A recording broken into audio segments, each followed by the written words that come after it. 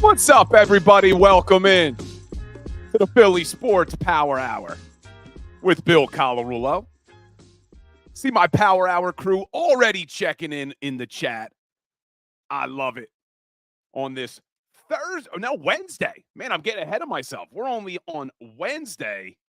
Big win for the Flyers last night. Big game for the Sixers tonight. Free agency still in full swing. We got news coming from the Eagles, rumors about what's happening with Haason Reddick, reports they may be interested in another safety. We got opening day a couple of weeks away. It's a fun time to be a Philadelphia fan. So we're going to do a little Flyers talk, a little Eagles talk today, and then we're going to be joined like we are every Wednesday by the great Kayla Santiago to talk some Sixers and some Eagles. So you're definitely going to want to stay here for that. But let's get a little roll call. I see my man Wine Niners Wine in the house. Adams Exploits. Bry Guy. William Stark. Who else we got here? Flexing and stepping. My man Steve Rufo checking in. My man Steve Rufo of Sweet Crumbs Bakery in Pittman. Trust me, check them out. Best chocolate chip cookies I've ever had. What else we got? Twiz, Mike Fittery, Chuck Hutton. I got people checking in on TikTok as well. Hit that like button, hit that subscribe button for me. But let's jump in. You could see I'm rocking the shirt today. Rocking the shirt. Big win for the Philadelphia Flyers last night against a very good Toronto Maple Leafs team, a team they've struggled with. Flyers have struggled lately. That's their first win this season. I think they were 0-1-1 this season, but they had lost like 6 or 7 games against that Maple Leafs team, and they need every point they can get right now in a playoff push. Third in the Metropolitan Division with how many games left? 13 games left to play, and it is a tight race in the Metro. 3 points up on the Capitals. But the Capitals have 2 games in hand. They're 5 points up on the Islanders, but the Islanders have 1 game in hand. So this is some really important hockey right now. Any point they can get is going to help them make the playoffs because it's not easy in the NHL. I know 8 teams make it, but the way it is structured, the top 3 teams in each division, and then only 2 wildcard teams. And you got the Tampa Bay Lightning right there in the wild card. So this is not necessarily going to be easy for the Flyers to make the playoffs, but they're on a push, and they take a huge step forward last night winning that game because if they would have dropped that one, could have caused a skid because they got a tough 5 games in a row. That was one. Now they got at Carolina. Then they're home against Boston on Saturday, home against the Panthers on Sunday, and then they got the Rangers. So 5 really good teams. They need to get points against these teams. I'll actually be in the building on Sunday against the Panthers. So that'll be fun to go down there. Me and Bridget Tobin, who just checked in. We'll be down at the Flyers game on Sunday. Then we'll be at the Sixers game next Wednesday for the 97.5 The Fanatic Knockout Tournament. I'm going to try to represent Jacob and win that damn thing. Beat all the other Fanatic hosts, so we'll see. But a big game last night. Sean Couturier gets benched. So if you're following along as to what happened, this is what John Tortorella does. This is what Torts does. And whether you agree with it or not, this is what he does. This is why he wears out his welcome sometimes when he's the head coach of a hockey team. Because nobody is immune to what he's going to do. So even the captain, even Sean Couturier, healthy scratch last night. But I thought the team responded. You never know how a team's going to respond to something like that. I thought they responded. They come out 19 seconds in last night. Owen Tippett with a big goal sets the tone early. And then you got Nick Delorier, man. I've talked about him before on this show. He'll drop the gloves with anybody. He drops them with Ryan Reeves last night and holds his own and ends up winning that fight. Sam Ersson, the goalie, bounced back, played pretty well. Sanheim, Morgan Frost had a goal. Scotty Lawton with a goal late. Flyers were up 3-0. Maple Leafs battle back, make it 3-2, and then Scotty Lawton with a big goal after a penalty kill. So that was big. But what do you think? If you're here in the chat, now I see Steve Patton saying, leave Torts alone. Love Torts. I love Tortorella. This team isn't where they are without John Tortorella. Don't even think you could debate that. There's no way they would have the success they're having right now without Torts. But what do you think about benching the captain last night? How do you feel? If you're in the chat, and we're not debating whether or not we like John Tortorella. I think Tortorella has done some incredible things. But what do you think about them benching the captain? I'm just not sure how I felt about it. I know it could go two ways. And you could look at it and say, oh, look, he'll bench anybody.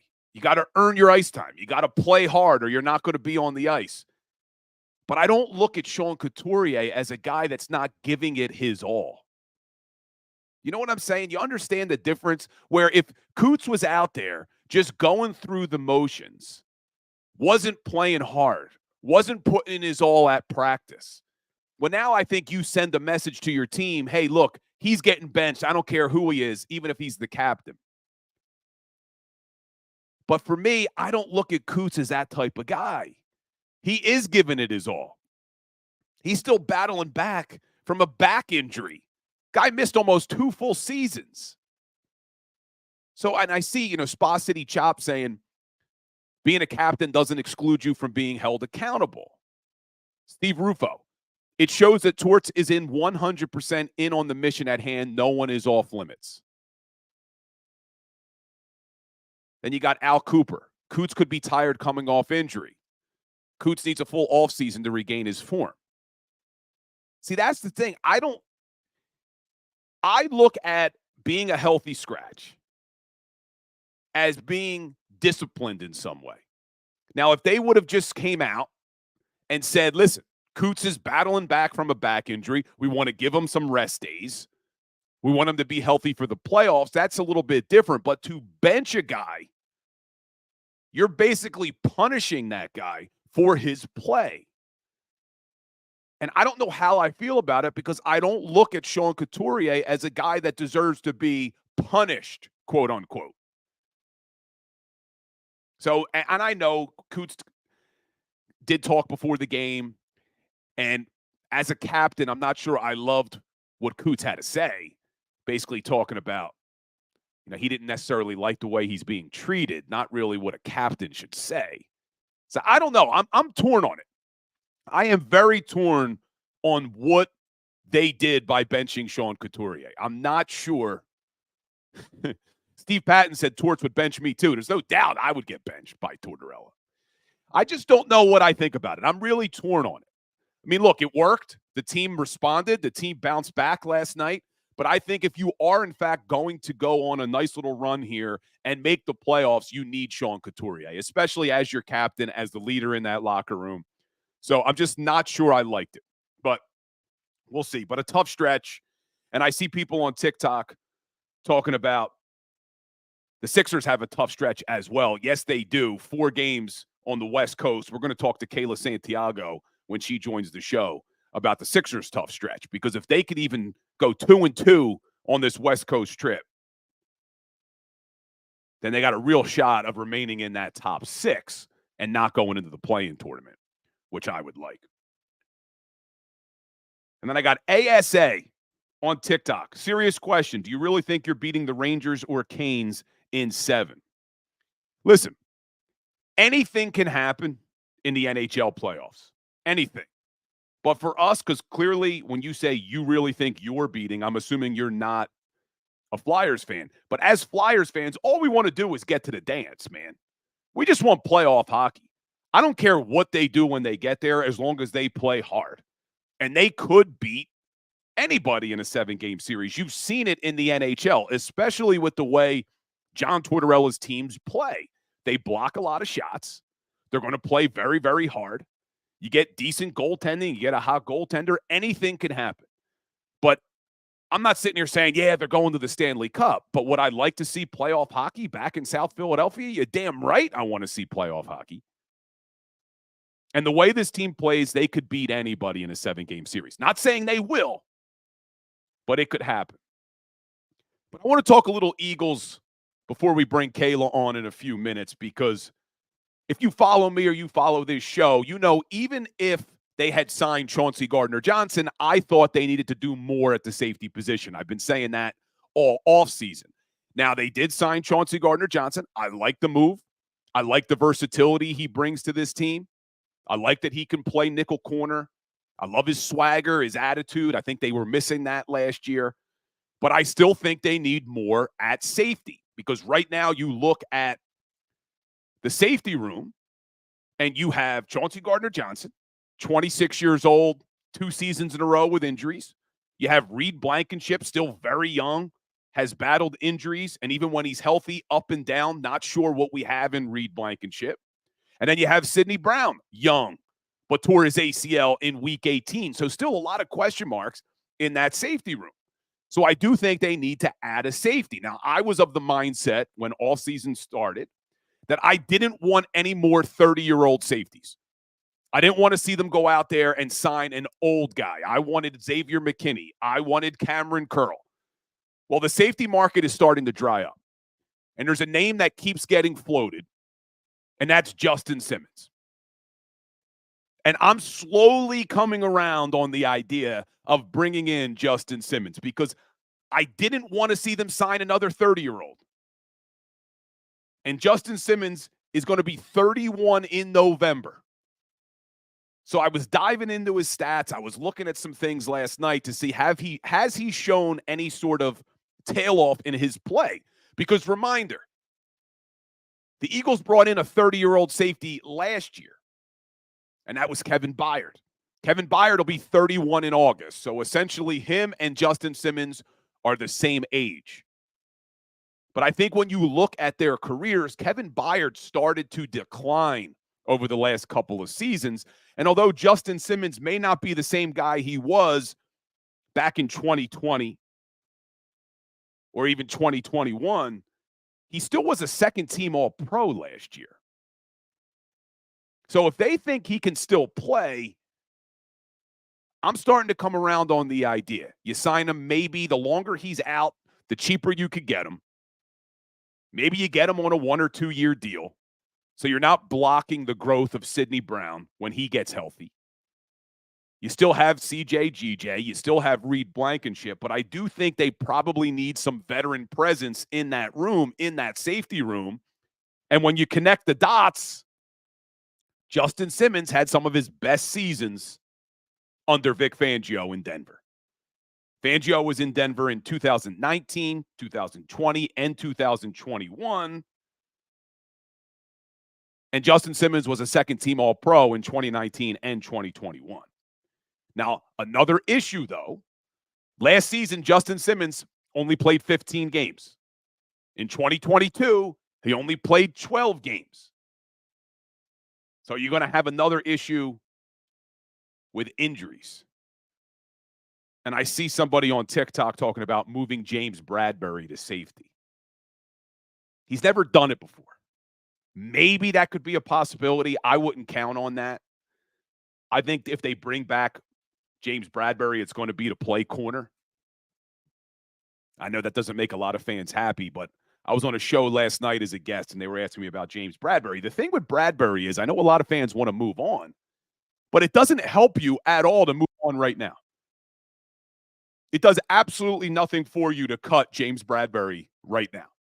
His cap hit right now is $4.35 million. If he's on the roster, he counts $4.3 million against the cap. If you cut him right now, his dead cap jumps up to $15 million. So you're not cutting him. It doesn't hurt you by having him on the roster right now. It actually hurts you if you cut him right now. Now, could they do something post-June 1st? Yes, it would cost the same amount of money. If you keep him on the roster, it's 4.3. If you cut him post-June 1st, it's 4.3. So for me, if I'm the Eagles, why not bring him back to training camp? See what he has. I wouldn't be relying on JB to be a starter next year. I wouldn't have him slated in as one of your starting corners, but it doesn't hurt you to bring him back. He takes up a roster spot, yeah, but you could always cut him during training camp. So I'm bringing JB back. I'm keeping him at corner, but I'm not relying or having him slated in as a center right now. So I see Steve Etor checking in on Facebook saying, it makes me feel better in my heart, clears my mind knowing I don't have to watch him let guys run wide open. Yeah, I know it was ugly last year, Steve. Very ugly. And I'm not relying on him to be a starter. It just doesn't make any sense. It doesn't help you at all to cut him right now. Doesn't help you against the cap. It's not like you need the roster spot right now. So I'd bring him into training camp, and if the guy still can't play, I'm cutting him. But who knows? Maybe he comes back to camp, and maybe he's a nice depth piece on your team, a backup. Maybe you could slide him inside. Maybe he can help you a little bit at nickel corner. I don't know. But I just don't think you cut him because of the cap ramifications. But Justin Simmons is how we got started on this. He could still play. The reason that the Denver Broncos cut him was because he was going to cost a lot against the cap, and they are in a 2-year rebuild right now, taking on the dead cap hit of over $80 million for Russell Wilson. So they don't need a 30-year-old safety on their team that has a big cap hit. So the longer he's out there, the more I am warming to the idea of bringing him in. And I see Eric Burgos on TikTok asking me about Isaiah Rodgers. If you follow this show, this may be your first time. We're live every day, 10 to 11. I'm extremely excited about Isaiah Rodgers. I've been the one saying all offseason that I did not care if they brought in any corners because I think the Eagles are okay at corner with Darius Slay, Isaiah Rodgers, Keely Ringo, Zach McPherson coming back. Even Eli Ricks showed me some things last year. So I'm okay with the cornerback room. I'm excited for Rodgers. The only issue I have with Isaiah Rodgers is what type of season is he going to have sitting out an entire year? He was on the suspension list last year. You never know. Hopefully he stayed in shape. Hopefully he's ready to go. And I see Mr. Rudy Poo on YouTube saying Isaiah Rodgers might not even make the team. I don't know where you're getting at. He was one of the best corners in the league in Indianapolis. Just look it up. Look at what he did in 2022 and 2021 for the Indianapolis Colts. So unless the guy did absolutely nothing the year off while he was suspended and he comes in here and can't play anymore, there's no reason to believe he would not be on this team. I don't know where you'd be getting that. And then I see Eric Burgess, first-time follow. I listen to you on 97.5. I appreciate that, man. Appreciate you checking in. We're live here every Monday through Friday, 10 a.m. So we're going to take a quick break. But when we get back, switch gears a little bit. We're going to do a lot of Eagles talk with Kayla, but I also want to talk to her about the 76ers because they do start a tough 4-game stretch. Before we break, though, some other news. I know some people had asked me. Eagles do make a signing yesterday. They signed a D-tackle, PJ Mustipher from Penn State. He was undrafted out of Penn State. Denver signed him to their practice squad. Saints signed him. He's only played 4 games, has 4 tackles. He's a camp body. No guarantee he even makes the team. People see names, they get excited. But no guarantee he makes the team. And they got a pretty deep D-tackle room with Carter, Davis, Williams, Tupelodu, even Maro Ajomo. So nothing to get too excited about with PJ Mustipher. But I had some people reach out asking me about him.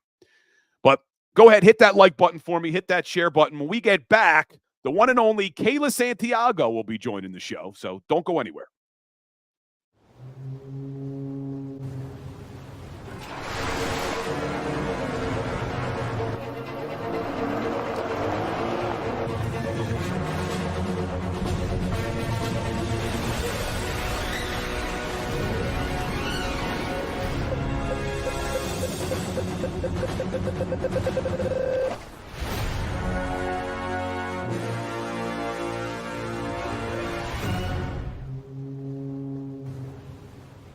Imagine for a moment that you went to work today and when you came home, you were catastrophically injured. Your life and your family's life. That's what happened to union construction worker Mike Little. I was scared of what the end was going to be, but to be 100% honest with you, I knew I was going to be all right just by talking with Brian. In my heart, I just knew everything was going to be all right. Call the firm and find out why they say, "We got this." Call 215-458-2222. They're carving them up and good play calling along the way. First and goal at the 6.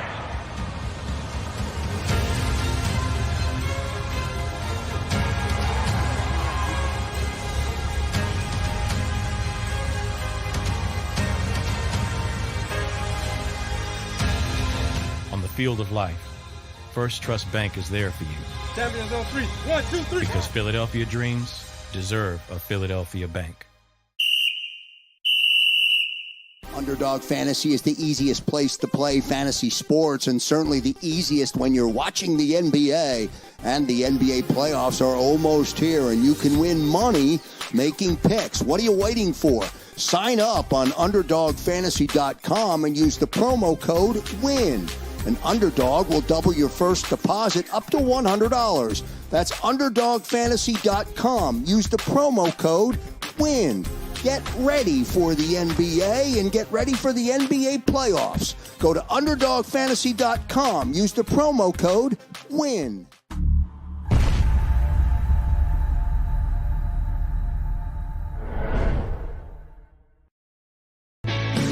Hi everybody, my name's Jason Lombardi. I'm an inspector at DryTech. At DryTech we offer 3 major services. The first one being basement waterproofing. The second service we offer is foundation and structural repairs. And then the third service that we offer is mold remediation. If you feel you are having a waterproofing issue, give DryTech a call or check us out online.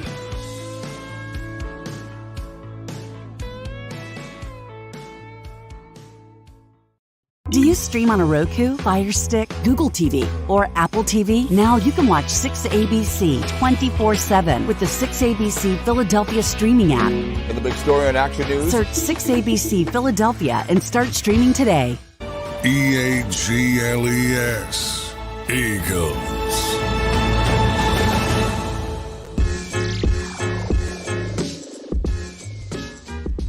Yo, welcome back to the Philly Sports Power Hour on this beautiful Wednesday.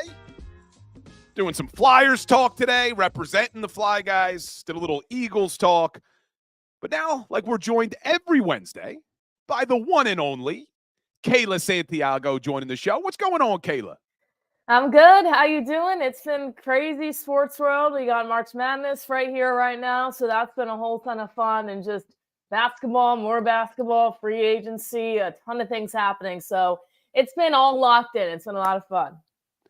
Yeah, it is. It's a fun time of year. You got free agency going, which gets everybody's hopes up for next year with the NFL. But now we're in a playoff push with the NBA. The Flyers are in a playoff push. And like you said, March Madness. So it is exciting. Let's start with the Sixers, because I do want to talk to you about the Eagles. But let's start with the Sixers. A big win the other night against the Miami Heat. Obviously, no Jimmy Butler in that game, but Sixers were playing without Joel, playing without Tobias. Let me ask you that. Some fans think this team is better with Tobias Harris on the bench. What's your thoughts on that? I mean, I think right now you'd be crazy to not think that just by the way that he's playing. Clearly, it's tough for his offense to get in a groove with the starters out there. Maybe that's not necessarily the push that he needs, but maybe that's the extra, give that he needs to come off the bench and be able to have not as much pressure on him, maybe feel a little bit freer in trying to score the ball.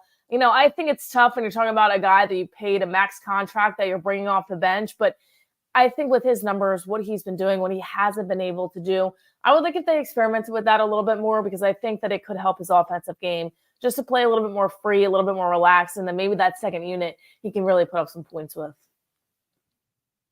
Now, a player you've been high on all season, I got to give you credit, because you were fired up about the signing of Kelly Oubre all year, and now he's really starting to show us what he's capable of about the last 10 games. How excited are you of what you're seeing from Oubre? I mean, I love it. And, when the whole accident happened, I was really almost devastated, because you were looking at that team when Joel was healthy.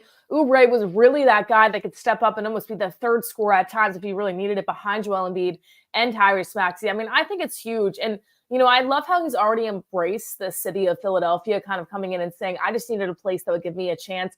And clearly he's a player that truly feels like that. He has that chip on his shoulder. And I think everybody in Philadelphia loves that, because you look at this guy right now and you say, okay, he's playing like nobody else gave him a chance, and the Sixers finally are. And that's all you want. You want the effort. He can score, he can shoot, he can defend. When Joel comes back, if he's able to come back, be healthy, get that playoff push, that score is going to be absolutely crucial, especially when it comes playoff time. They've really never had that. They've had Joel Embiid in the playoffs, and then really everybody else goes silent after that whole Toronto's Raptor quadruple doink by Kawhi Leonard in 2019. So after that, it's been all Joel Embiid, and every other co-star has gone silent.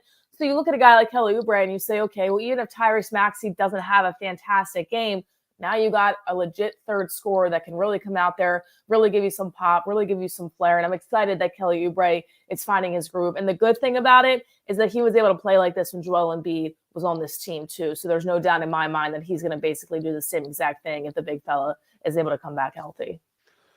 What's impressed me about Oubre is I knew he could score, but his defense has been unbelievable the last few games. Is that something you expected in his game?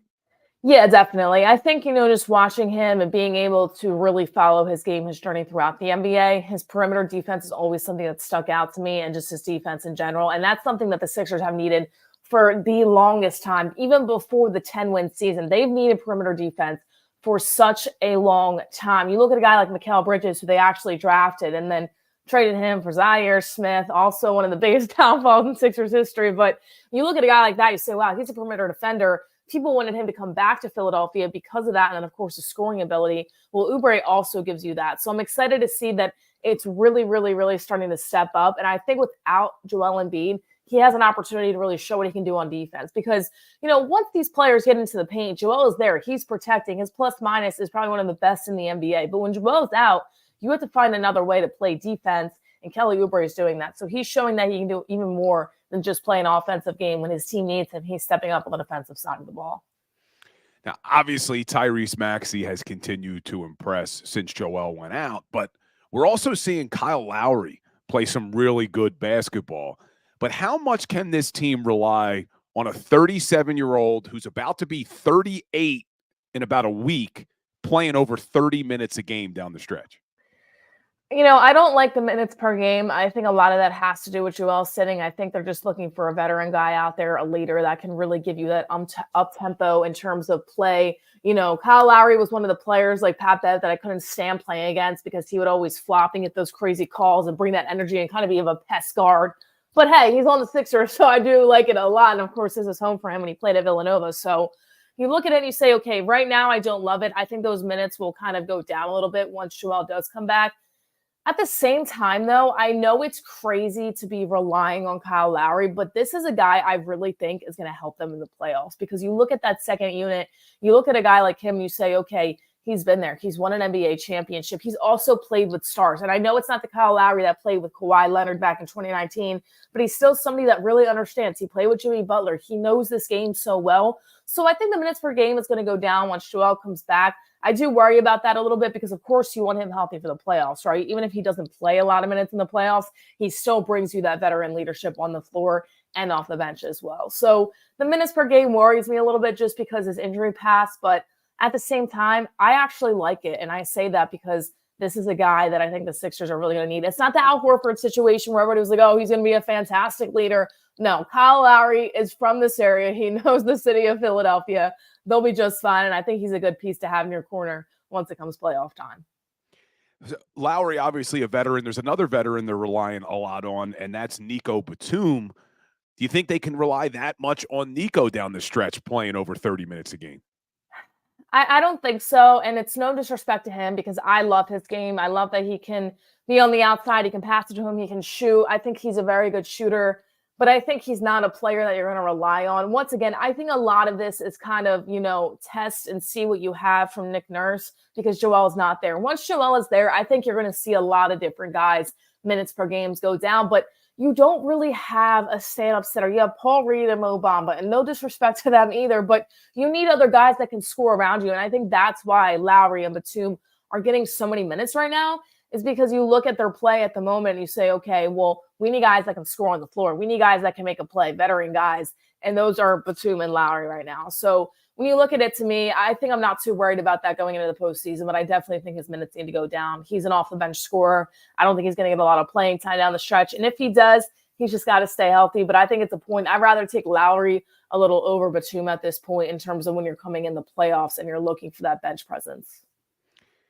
So let's talk about Joel, because obviously none of this is going to matter if he doesn't come back. But we got some decent news from Nick Nurse. He did practice. It was a non-contact practice. But what are you thinking? Best case scenario when Joel may come back?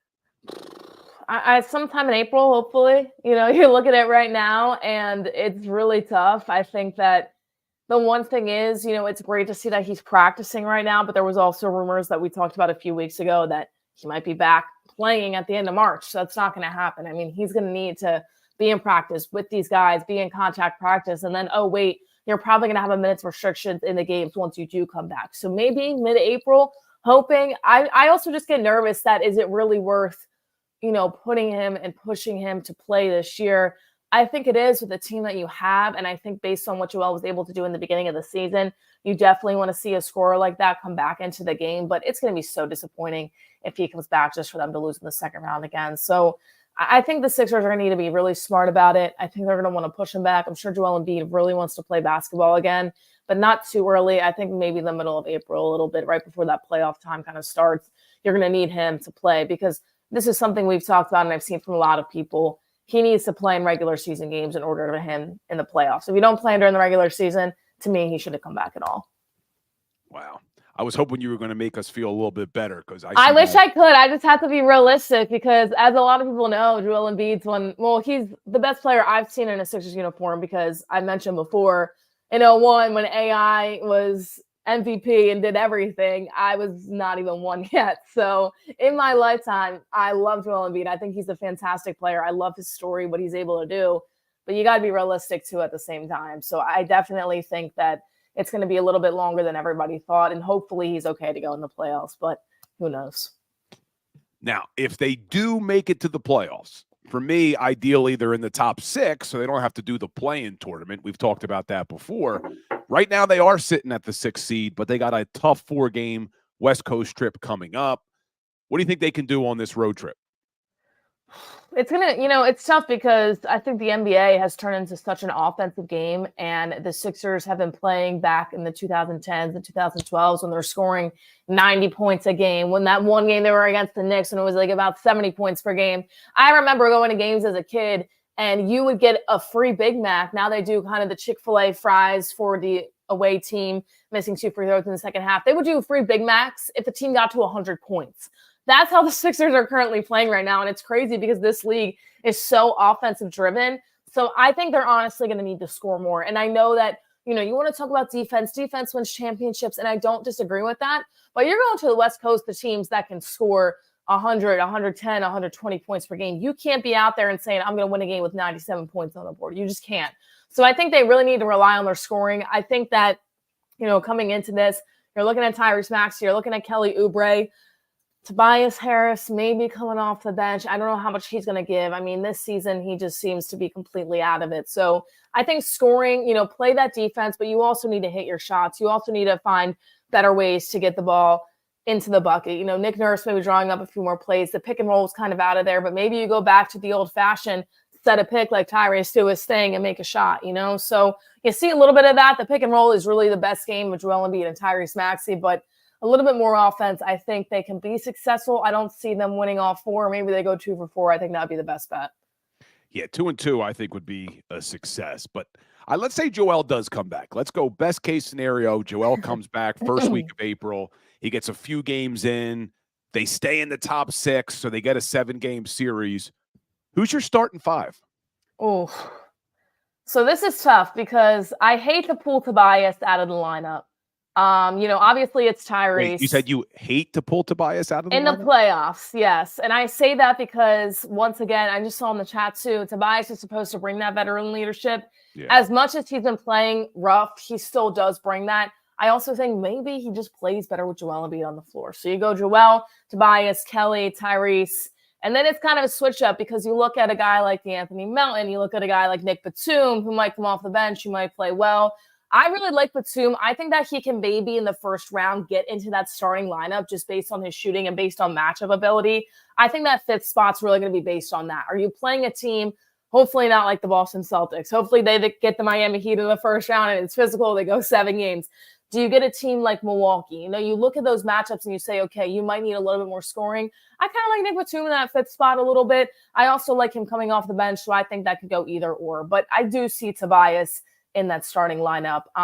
You know, and then obviously Buddy Hield. So I think they're going to either change with Nick Batum, Buddy Hield in that 5 spot, or Kelly Oubre and Buddy. I think it's going to be Buddy, Nick Batum coming off the bench. Or maybe Tobias comes off the bench and you have Buddy and Nick Batum. Don't really know. I think Tobias, though, gets the start. So my final will be Embiid, Tobias, Buddy, Kelly, and Tyrese.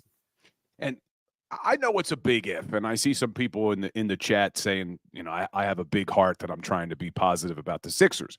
But it's a big if. But if Joel can come back and he can be at the level he was before, we've never really seen him play with the lineup that they have. Buddy Hield wasn't here yet. Kyle Lowry wasn't here yet. He played very limited amount of time with Kelly Oubre because of that whole bicycle incident. So do you think they could make some noise in the playoffs if Joel's healthy? You know, I think him being healthy and him being the way that he played this season in the beginning is 2 different stories. I think you're talking about a player that's coming off a surgery. You talk about a lot of athletes in the NFL. You say when they tear their ACL, they're never the same, at least for their first 3 weeks. If they tear it at the end of the season, they're ready to come back in the beginning of the year. I think it's the same thing in this situation. You know, if Joel's 100%, I think you look at it and you say, okay, they definitely get out of the first round. If he's not, if he's at 70, I don't know, because then you're looking at a team that not only has to rely on a Tyrese Maxey or a Buddy Hield or a Kelly Oubre, you're also looking at a team that now has Joel back in the lineup, so they're playing differently than they did before, but they're also expected to have that same scoring because Joel can't be 100%, if that makes sense. So you kind of look at it and you say, okay, this team now has to adjust to playing with Joel Embiid again, which I'm sure they'd be happy to have him back, but it's different. It slows the pace down a little bit more of the game. I think these guards really like to run. Joel likes to set up. He likes to get back. He likes to get in the post, kind of plays bully ball down low, pops outside, pick and roll. So it changes the game a little bit to me.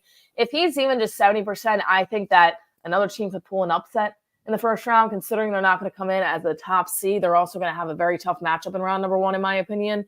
So you look at it and you say, okay, if he's 100%, definitely out of the first round. We'll see about the second, but I look at it for me right now and I say this team hasn't played together. They have a lot of new pieces. As good of a coach Nick Nurse is, as good as a player Joel Embiid is, to me that takes time, and to do it in a span of a few weeks worries me a little bit. And you don't want to try to have tests and failures in the playoffs because you know what happens if that ends up being the case. Yeah, and I see pork roll, egg, and cheese saying, if he stays healthy, how many times do you need to see this same movie, Bill, and know what the ending is? I know. We haven't seen them get out of the second round. We've talked about it before on this show. They haven't been to the NBA Finals since 2001. It's frustrating, but right now, with about, 13 games left, 14 games left, what else do we have other than just some hope that Joel can come back? But I agree with you. I'm not that positive about what can occur. I think no matter what, they're not beating Boston. They're not going to beat Boston, even if Joel is 100%, in my opinion. But I was just hopeful that maybe they win enough games down the stretch. They stay in the top 6. They open up against the Cavaliers potentially. I think they could beat them in a 7-game series. Yeah, that's my thing too. Like, I was talking to somebody yesterday about the Celtics really don't want Miami in the first round, right? And everybody's like, well, Miami stinks.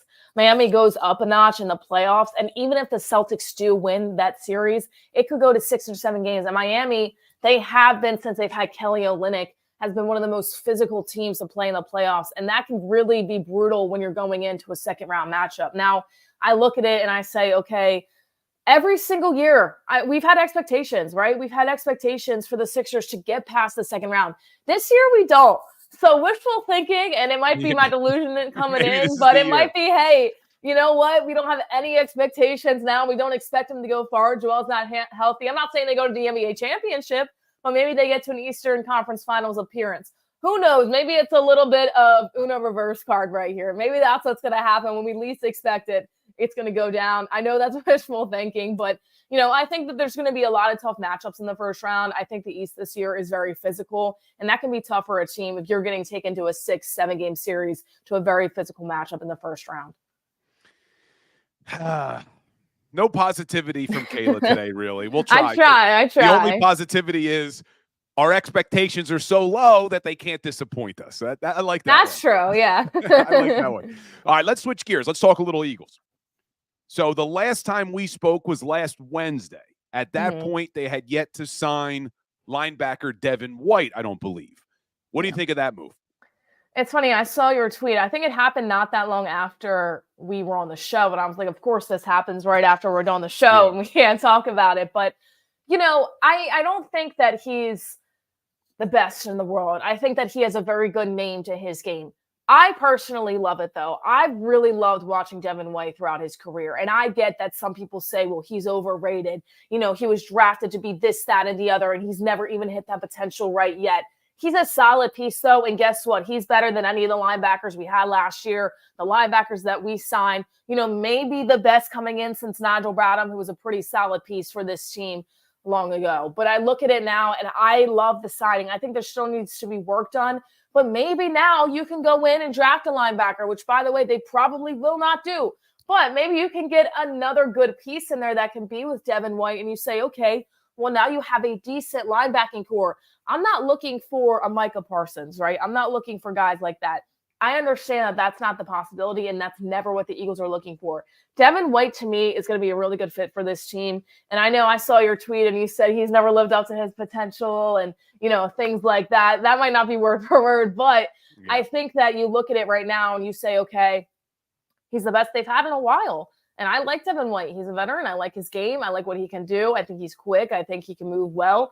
I like it, to be honest. And I was really excited when they were able to do it among everything else that they did with the Saquon Barkley and everything like that. So, and I like the move. I think it's a low risk, high reward move bringing in Devin White. I just don't think they should be done at the linebacker. I agree with that. And that's my concern is I don't want Howie to take a look at this linebacker room now and say, okay, we're okay with Nakobe Dean, Devin White, Aaron Burks, Zach Bond, and then say, oh, and Ben Van Sumeren, and you know what? Maybe we'll bring back Zach Cunningham, and I think we're okay. I still want a sure thing, game changer linebacker, but I don't know if there's anything available right now. You look at the free agent market, there's not much left. I see people throwing out names in the chat in the draft, and I'd love to see them draft a linebacker, but again, that would be a question mark. So I'm just holding out hope that maybe Howie can pull off one of his patented trades either at the draft or late into the offseason where, hey, man, we just got a really good linebacker on this team. But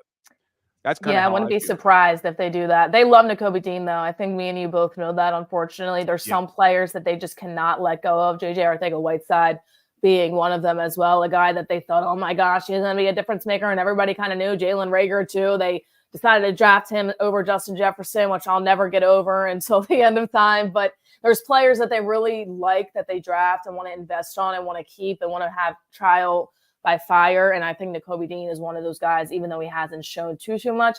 He's still young, though. Maybe he can, but I agree with you. You need a second guy there. Maybe Nakobe Dean can learn behind them because injuries are a part of the game, too. If Devin White goes down, then what are you left with? You know what I mean? Yeah, it's just and I'm not ruling out Nakobe Dean of maybe being a very good player in this league. It's just, like I've said before on this show, it's a bunch of could-be's. Nakobe Dean could be good. Devin White could be good. Ben Van Sumeren could be good. Aaron Burks could be good. Zach Bond could be good. There's no guarantee yet, and I know nothing's guaranteed. I just wanted to see them lock up that position a little bit more. But speaking of another position I'd like to see them add to, safety position. So I know you're a big fan of Chauncey Gardner-Johnson. We've talked about that on the show. There's some talks now that Justin Simmons is a name to keep looking out for. What do you think about that safety room for the Eagles? Yeah, I really like Justin Simmons. I think you look at it, though, and I think you say, what do you want to have a little bit more of? I think you look at it and you say, okay, well, do you want to invest in a linebacker position? Because there are decent secondary guys in this draft. But, we go back to it, and I think we're kind of haunted from last year of saying the defense was so young. They had a brand new defensive coordinator. that never really has done anything. It got switched in the middle of the season, crazy stuff going on. And you look at it and you say, okay, well, clearly young guys are great, but they need to learn behind somebody, and there needs to be, some action going on there. Sidney Brown towards ACL at the end of the season. How is he going to be coming back? I liked his effort last year, but he's not ready to kind of be that stand-up guy. So, I like the names we throw out there. To me, though, I think that you can go to the draft, and I don't like to say that, but I do think there's a lot of good secondary pieces in this year's draft. I personally rather invest in the linebacker position. Now, like you mentioned, there's not as many names out there right now on the market, but I think it's really risky to go into the draft and draft a linebacker, because you look at a guy like Nakobe Dean, you look at these guys that they've kind of brought up and you say, okay, they have potential, but if Devin White goes down, you're kind of closing your eyes as soon as it gets past that front line, right? And that's not something you want. Now I think they have CJ Gardner-Johnson. They have Darius Slay. So now I think back there you can build a little bit, and you're also bringing back guys that were really young last year that experienced it and, looked like fools on live television, but they have an opportunity to kind of have a more experienced defensive coordinator back there. So I think that can definitely help them. To me, I think I would more focus on linebacker position. But, hey, if a guy's out there and how he can make a move, I wouldn't be surprised if he does it. If he can get him for cheap, if he can get him for a reasonable price and still make other moves, I'm all for it. Get that defense stacked up. Defense wins championships. We saw that in the Super Bowl this year. You already got your offense. So if you can get some help back there, hey, I'm all for it. And keeping it with the defense for a second. So it gets reported that the Eagles have pushed the $1 million roster bonus that was owed to Haason Reddick on March 15th. They push it to April 1st, which we all are assuming it's giving them more time to maybe find a trade partner. What are your thoughts on the whole Haason Reddick situation? It hurts my heart because Howie has been an absolute magician this offseason. You look at it, Saquon Barkley, I was so excited. And, when DeAndre Swift, they really didn't pay him. I looked at it and I said, okay, Howie's going to get Saquon right now. CJ Gardner-Johnson, me and you have talked about it. You know that I was a mega fan of this dude coming back to Philadelphia. I loved how he played. I don't care what he said last year. He was hurt. He was upset. His emotions got to him, right? He's back in Philadelphia. So excited about that. So I can't imagine Howie Roseman just letting Haason Reddick walk. If there's a better partner out there and they can get, a lot more for Haason Reddick, great. I just don't see it. I mean, he's such a good player. He was banged up a little bit last year, wasn't able to play to his full potential, but he's electric. I love him on the edge. I think it would really hurt the Eagles if they let him go. You look at it right now and you say, okay, there's opportunities to really revamp that defense. The line's really good. You get BG back, Josh Sweat, all those guys. But Haason Reddick to me is a difference maker.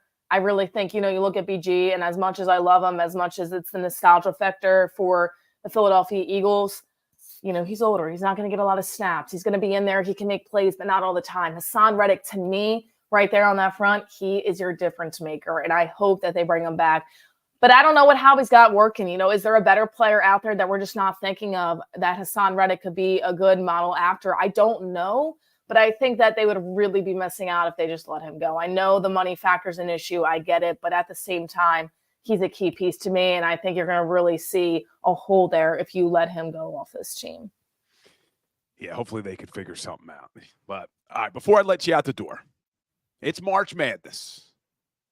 Who do you got winning it all, Kayla?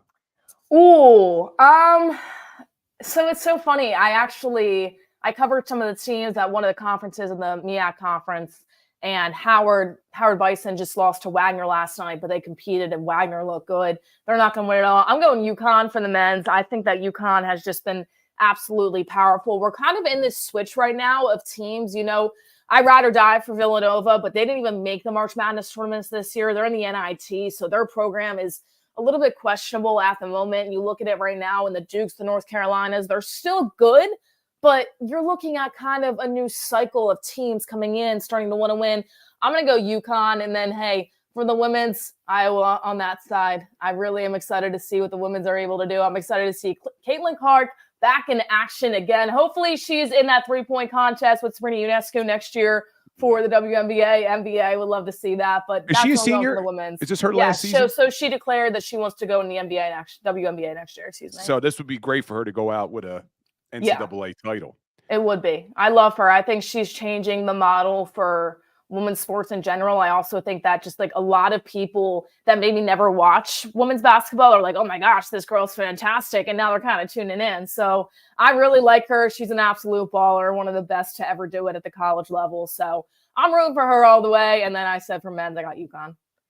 Yeah, I got Houston winning it all in the men's. That's a good pick. They disappointed me for a few years. I feel like I always had them high in the bracket. And then, you look at it and you say, okay, there's one team that always messes up my bracket. It's them in Virginia. So for me. So we'll see. But a fun time of year. Kayla, I appreciate you making time for us as always on Wednesdays. What do you got going on? You doing any play-by-play coming up for the Bluecoats? So I'm actually with them on Sunday. I'm doing sideline for them on Sunday. We're on CBS Philadelphia. And then Saturday, I actually have an MMA fight. So I'm super excited about that in Harrington, Delaware. It's been our first MMA fight in a while, amateur, pro, everything like that. So I'm excited to kind of get back into that chair. That'll be a whole ton of fun. And we just finished up our high school and college season here on Delmarva. So for basketball, which makes me a little bit sad because, I love the sport of basketball. So as I mentioned, the MEAC tournament, Del State University and University of Maryland Eastern Shore, they were just in that tournament. We were down in Norfolk, Virginia for 5 days covering them, Howard, all those schools in the MEAC tournament. So I'm kind of sad basketball season's over, but we're getting into spring season. The weather's not good right now. It's about 40 degrees, so it's freezing out there. But, we're kind of switching seasons right now. So the Bluecoats and then the MMA fight on the weekend will be a lot of fun. Gotcha. And I had your old buddy Merrill Reese on the show yesterday. Oh, he's the best. I wish him, all good things. He's fantastic. His family's great as well. It was great interning for him my freshman year. That's something I'll never forget, probably my whole life, and I'll continue to tell the story. He taught me probably everything I know, just so much and more. And, we still keep in touch and stuff. I'm sure he's golfing and playing tennis in the off season too. So, well, he's a big fan of yours as well, Kayla. So. Oh, that's so nice. Good stuff. I appreciate you. Have a great week, and hopefully we'll talk next Wednesday. Thank you so much. Looking forward to it. Kayla Santiago does a great job with the Sixers, the Eagles. So make sure you're following her. She is going places. Yeah, you heard she used to intern with the one and only Merrill Reese, who was on the show yesterday. So a lot of good stuff from Merrill. But, we'll see what happens. March Madness, fun time of year for those of you who follow college basketball. I know some people now have checked out because there's no Philadelphia teams in it, but it's still fun. And this is the nice thing about NCAA. We talk about it all the time. It's just one game. That's why upsets can happen. 7-game series, it's tougher for upsets to occur, but just one game, anybody can win that game. But let's go over to our today in sports history, because sometimes these todays in sports history, I learned something that I didn't know. So I learned something today, and I should have talked to Kayla about it because I think Kayla is of Puerto Rican descent. So this one involves that. March 20th, 1973, Roberto Clemente, Puerto Rican baseball player, was elected to the Baseball Hall of Fame. So I've heard of Roberto Clemente, obviously. I never realized the way he passed away. And maybe that's just ignorance on me, not knowing his story. I knew how good of a baseball player Roberto Clemente was. Played 18 seasons, 3,000 hits, 15-time All-Star, 12-time Gold Glove winner, 4-time batting champion, a World Series champ, an NL MVP, and a World Series MVP. So like I said, I knew he was a great baseball player. What I didn't know was the story around his death, about how Roberto Clemente passed away. So Roberto Clemente died in a plane crash. But that's not what I learned. That's not the interesting thing about him. So he did a lot of charity work. And that offseason, there had been an earthquake in Nicaragua. So Roberto Clemente, being the guy that he was, starts to do charitable work to put together aid packages to get over to Nicaragua. Well, he finds out that the first three shipments of aid that they sent over to Nicaragua because of a corrupt government were taken. They never actually got to the victims of the earthquake, the people he was trying to provide the aid to. So Roberto Clemente decides on the fourth trip he was going to go. He thought his presence on the plane would make it more likely that the aid would get to the people in need. And it was that flight that crashed right after takeoff. I did not know that about Roberto Clemente. So as great of a baseball player as he was an even better human being. And to pass away that way is just crazy to me. You know, look, and I used to live in Fairmount, and there's Roberto Clemente Park, and I never realized at all how that man passed away.